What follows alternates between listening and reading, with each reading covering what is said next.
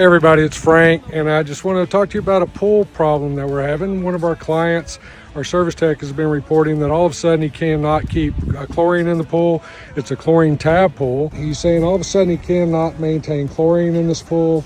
The CYA levels are dropping, the calcium levels are dropping, and he can't figure out what's going on. So immediately it's got to be one of two things. Either the pool is leaking and the autofill is just refilling water into the pool to replace the water that's leaking, or the autofill is stuck open and draining. That's the autofill right there.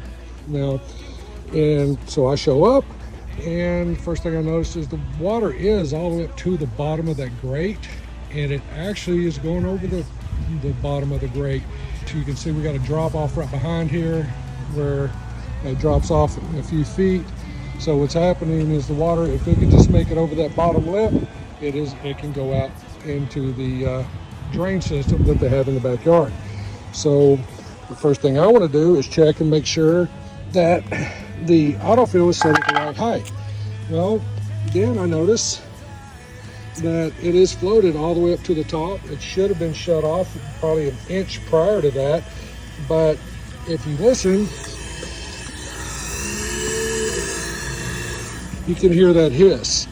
And that hiss means that this valve is not completely shutting off. You see, that's when it's wide open, that it should shut off right there. When I pull it up, but it's not, it's continuing to hiss. So we have a failed autofill float.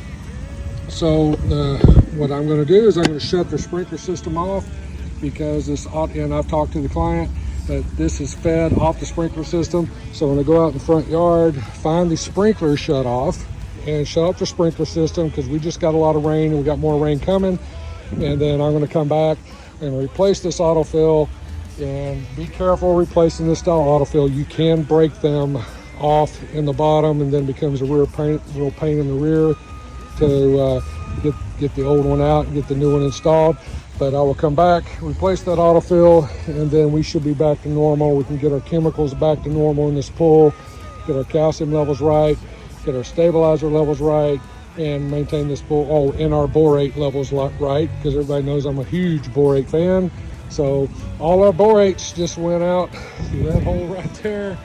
All of our CYA went out through that hole right there.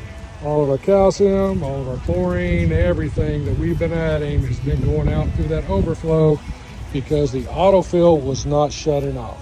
Anyway, hope that helps somebody down the road. If you have any questions, look us up. Hit us up at deependfrank@gmail.com. You can send me a message, or you can check out our homepage, thedeependpoolpodcast.com. Y'all take care.